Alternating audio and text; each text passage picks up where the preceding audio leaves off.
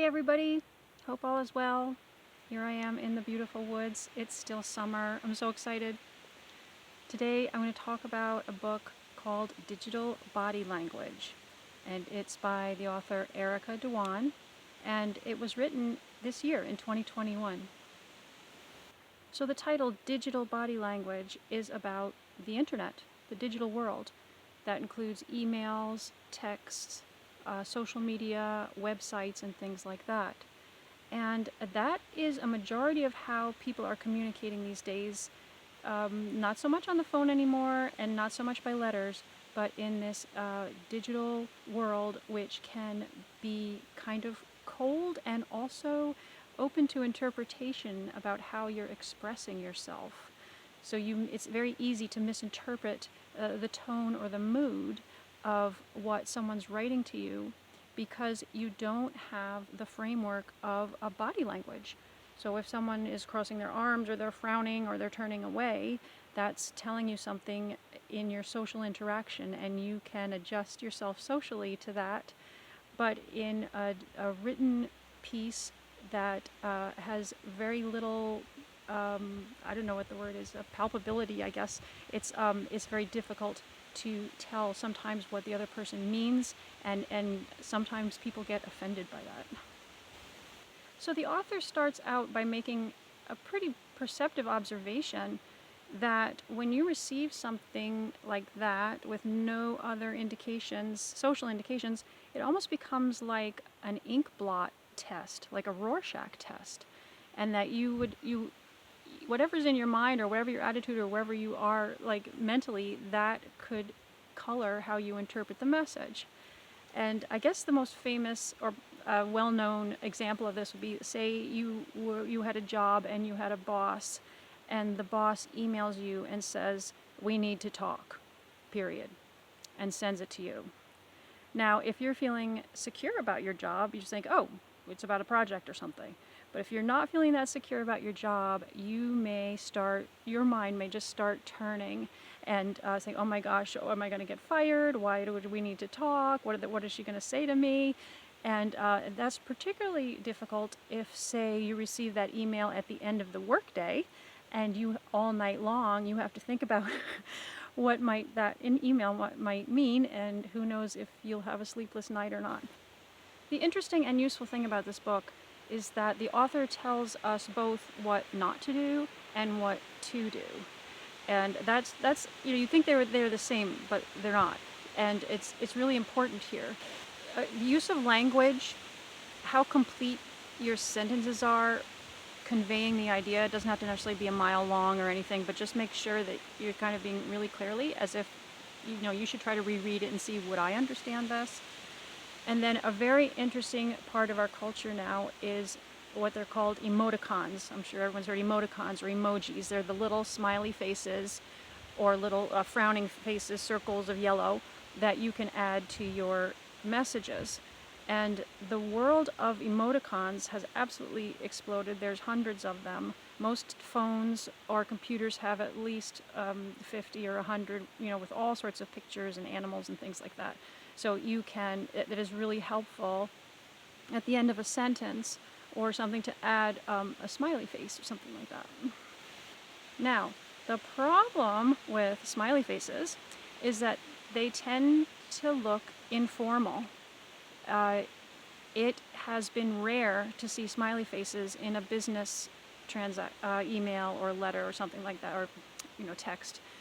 They are becoming more involved in business as the people who sort of grew up with them are starting to use them in business. Personally, I think they are appropriate maybe after the third or fourth interaction that you've had. I'm not sure the first interaction you would want to do that. It also depends on the business. For me, playing music and doing art, I think that the emoticons are probably more, I don't want to say allowed, but understood or accepted, whatever. Whereas if you were writing maybe a lawyer or something, you wouldn't want to fill your letter with emoticons. Nothing against lawyers or anything, it's just very formal world. But I do think that that's changing, and I think it's really useful. because you can sometimes make a request and add a smiley face, or you can end your email with a smiley face or something to keep up the goodwill. So speaking of goodwill, I would like to say something about, from me, not the author, about that. And I think that goodwill is probably the main glue that's going to hold together any relationship or project. Everyone is trying to stay on good terms. You're trying to keep the mood up, trying to be cooperative and productive. So I think that, in my opinion, the number one thing in a digital communication would be expressing the goodwill. So you're saying, say it was something difficult, you have to ask, you say, try to surround that statement with goodwill statements. And in fact, the author goes on to talk about how to design your email, and she does recommend that you have a closing statement that's friendly and that indicates that the relationship's going to keep going and that you still have goodwill. Another very interesting thing that she says is the use of punctuation. And it's come to be like a language of its own, as well as with the emoticons. It's a language of their own. An exclamation point indicates a friendly, uplifted, excited state of mind. And to put one or two exclamation points really brightens up the message. If you were to put 5 exclamation points, that would, you'd be so excited. On the other side, the period, the act of placing a period has become known as an expression of anger. So if we go back to that example of your boss saying, "Can we talk?" and there's a period, that is a very stern ending. Whereas if this boss had rephrased it, or even included what they had to talk about, and maybe put no period at all, or maybe a little exclamation point or something like that, or a smiley face, something to soften up the message. But I just found that to be so interesting, especially the period that expresses anger. And from now on, if you start looking at some of your messages, you may notice that actually is like an abrupt stop to the statement or the conversation. Some other things that she recommends is your subject line in your email, to make it very clear and make it really connected to your message, make it friendly sounding, like someone would want to open it up. That's one thing. Another thing is to be sure that you answer all the questions. If it's a chain of emails, answer all the questions from the last email. And that happens to me actually quite a bit, is that if you have, say, a paragraph and there's a question sort of in the depths of the paragraph, sometimes that question doesn't get answered. And it can be frustrating to have to keep emailing back and forth just to have that question answered. So make sure that you're reviewing the text of their email so that you can answer all their questions. The other thing is to really make sure that what you're saying is clear.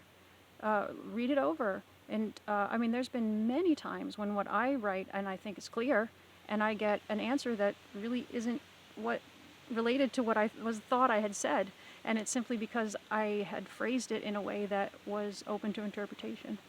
So I know that the nature of texts and things like that is very fast. You're just flipping off you're just doing the messages here and there. Just take a second and quickly read it over. If it's an important email to someone you may not have met or don't know that well, be really, really careful and reread it. If it's, to someone who's close to you and there's a little, I think you're going to know that person a little better, so you can not have to be as careful. I don't know. But so those are some things to help there. And another interesting aspect is how each type of communication has its own quality. So I had mentioned about texting and how it really, you just very fast and very quick, maybe you're at the supermarket or something. And so there's the texting and email.